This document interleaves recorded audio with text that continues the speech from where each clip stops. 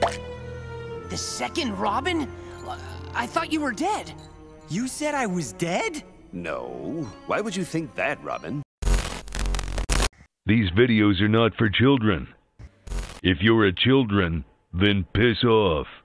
Hey there, it's me, your least favorite YouTuber, VInfuso. Back at it again with another Batman video. For a little while now, I've gotten a bunch of comments from people asking me to check out the LEGO Batman movie. And today, that's exactly what I'm gonna do. Just not that LEGO Batman movie. This LEGO Batman movie. Of course I'm talking about Batman Family Matters. Because if there's two things you all like hearing me talk about, it's both Batman and the show Family Matters. But rest assured, no one's getting shrunk or doing the Urkel in this one. Now what's important to note is that this isn't actually a sequel to the LEGO Batman movie. Nor does it have any affiliation with that movie whatsoever. It's a LEGO Batman movie, but it's a different LEGO Batman movie. With a different LEGO Batman. And surprisingly, it also has no affiliation with the LEGO Batman games. So just forget whatever you knew about LEGO Batman altogether. Because this is another LEGO Batman. So I'm guessing there's a whole LEGO multiverse out there that is yet to be explored. And whenever I feel like going down that building block rabbit hole, don't you worry, I will dive right in. This movie doesn't treat its content seriously. And it doesn't try to make its audience believe it does either. This is just some goofy fun with the Batman branding. And while it's not my personal favorite use of the character, I don't think there's anything wrong with it. Obviously this movie and other movies under the LEGO name are always going to be targeted primarily at a much younger audience. And I think that it's great that there's more Batman content out there that connects with people of all different ages. I like that I get to have my Batman, and the kids get to have their own Batman. So if you were expecting an in-depth deep dive into Batman's psyche, you may have picked up the wrong Batman movie. Like I said, this movie is geared toward children. But it's actually this movie's demographic that got me curious about its content. Kids, what are you gonna do, huh? Because really, how are you gonna make a Red Hood movie for kids? That's like trying to make a rated G show for The Punisher.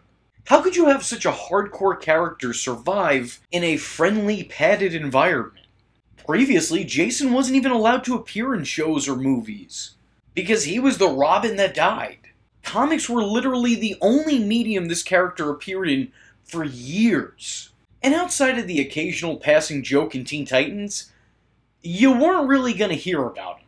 Yet now we've gotten to a point where we're acknowledging him in what essentially boils down to Batman for babies. Batman Family Matters has a surprising lineup of heroes and villains alike. Batman, Robin, Nightwing, Batgirl, and Batwoman make up the Bat family in this adventure. Although this makes me wonder, you've included everyone else in the Bat family, so where's Tim?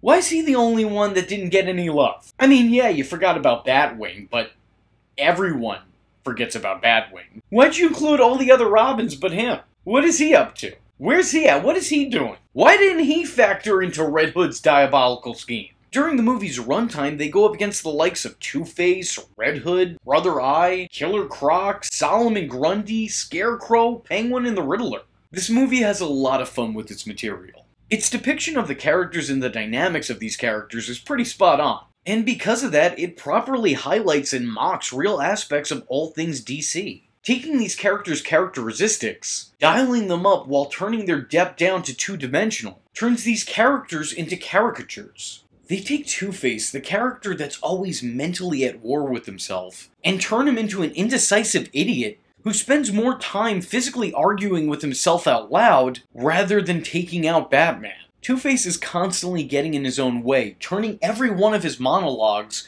into a divisive dialogue. They take Bruce Wayne, a man who has always struggled with his own double life. A man who lives his life as a billionaire playboy, only to take attention away from his nighttime passion of being a bat. And they turn him into a thrill-seeking, justice-obsessed nut who has a gross disinterest of anything outside his own cowl. He treats being Bruce Wayne like a teenager who's being forced to go to school. Every step of the way where Alfred's reminding him he has to have a public life, he's just like, ugh.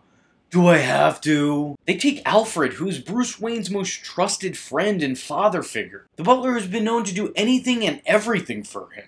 Seriously, over the years, a lot of different iterations of this character show him doing everything from creating and programming new tech, to being Bruce's mechanic, training Bruce in hand-to-hand combat, provide information like a sentient computer. Honestly, the list just goes on and on. His skills are apparently limitless. So it really makes you wonder how someone with all of these skills landed on Butler as his career. Makes you wonder how he learned all of this. Well, in this movie, it's because Bruce Wayne is always just throwing tasks and duties his way. That's not something they taught us in Butler School. And Alfred learns how to do everything through how-to videos on YouTube.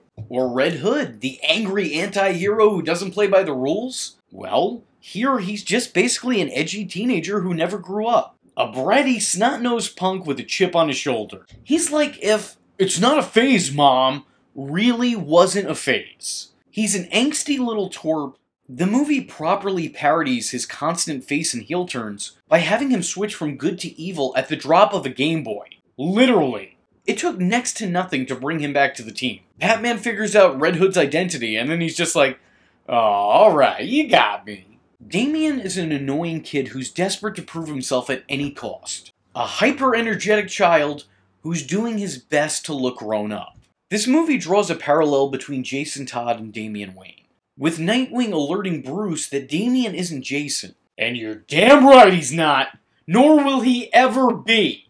How dare you make a comparison between my favorite Robin and my least favorite Robin? Even though it's an entirely reasonable thing to do, as they have a lot more in common than I'm willing to admit. But that's my point. This movie knows enough to spoof. The characters still seem like the characters, but those characters are now just being played for a punchline. To me, that is a million times more interesting than just taking an IP and doing something needlessly silly with it. This movie keeps it light, but there's some commentary through its comedy, and I appreciate that. When it's not mimicking or mocking its characters' greatest character traits, it's showcasing and spoofing the dynamics of the team. Like how crime fighting keeps getting in the way of Batgirl and Nightwing's relationship, with Batgirl being upset over an unanswered text message while they're out on patrol. Or how Batman is shown to be an overbearing parent over Damian, worrying that he's not ready to be Robin. This movie has fun with its characters and has fun with its tropes. It's a parody of all things Batman. Like the actual Lego Batman movie, this movie knows its characters well enough to make fun of them. This is obviously a very sanitized and child-friendly Batman story. So a lot of the edgier elements to the mythos are either dialed back or dulled down.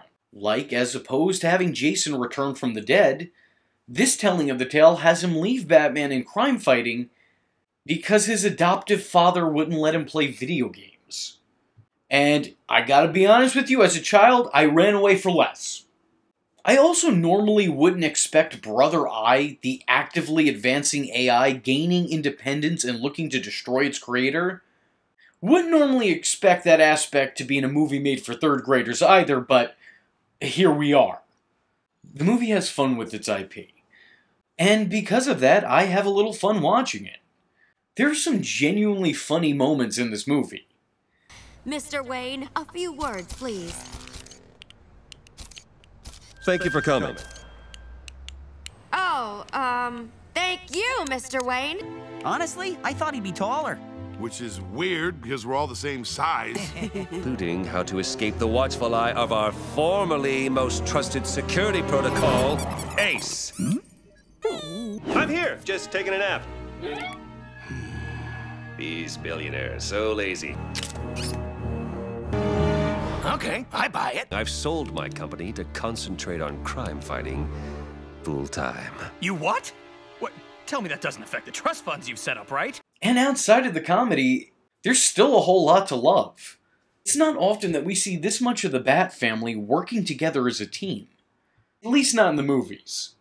It's this and Batman Bad Blood. That's it. It's nice seeing all these characters fighting side by side, even if it is in Lego form. Their interactions and banter is always fun to watch no matter what the movie's rated. I think what surprised me most about this movie is just how much it references. I found myself Easter egg hunting while watching a movie that was made for 8-year-olds. And there's a good chunk of them. Batgirl's insecurities coming up when Starfire's mentioned. Beware the Grey Ghost playing in movie theaters. A young Billy Batson pre-Shazam to make several appearances. And they even mentioned that Jason has once stole the tires off the Batmobile. The attention to details of a more extended universe makes me think that this movie was invented for children and their very nerdy parents. Also, I don't know if it's just me, it's just weird to me how little them being Legos actually factors into the plot. Like, did this movie really need the Legos logo? Or hell, was it their initial idea? This could have very easily been another Batman Unlimited.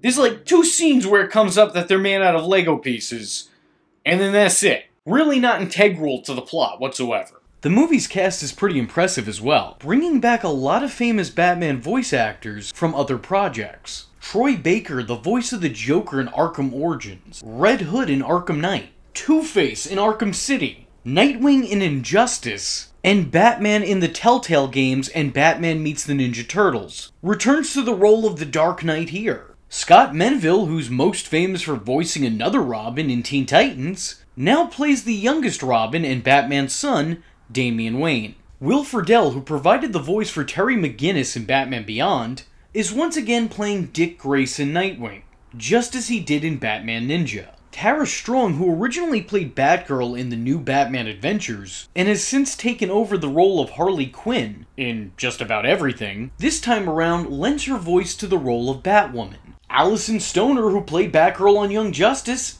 plays Batgirl here. And Tom Kenny is back yet again to provide his voice for the Penguin, which isn't all that surprising as he's really become the official voice of Penguin. Overall, I think the movie is pretty cute. I don't think it's going to make anyone's list for the best Batman movies of all time, but it's a harmless, more goofy take on the world of Batman. It's a Batman movie that's appropriate for ages 1 through 101.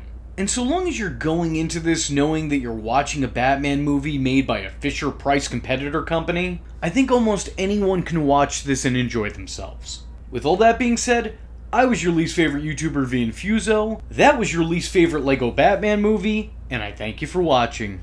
Hope to see you in the next one. I am vengeance. I am the night, and that was VInfuso. Just remember, if you're not tuning in, then you're missing out. So, if you like the words that came out of his mouth hole, and you too would like to become a V-generate, don't forget to like and subscribe. Thanks for watching, nerds! And if you're not joining the fun, you're in for one bad day. And you know what they say about having one bad day?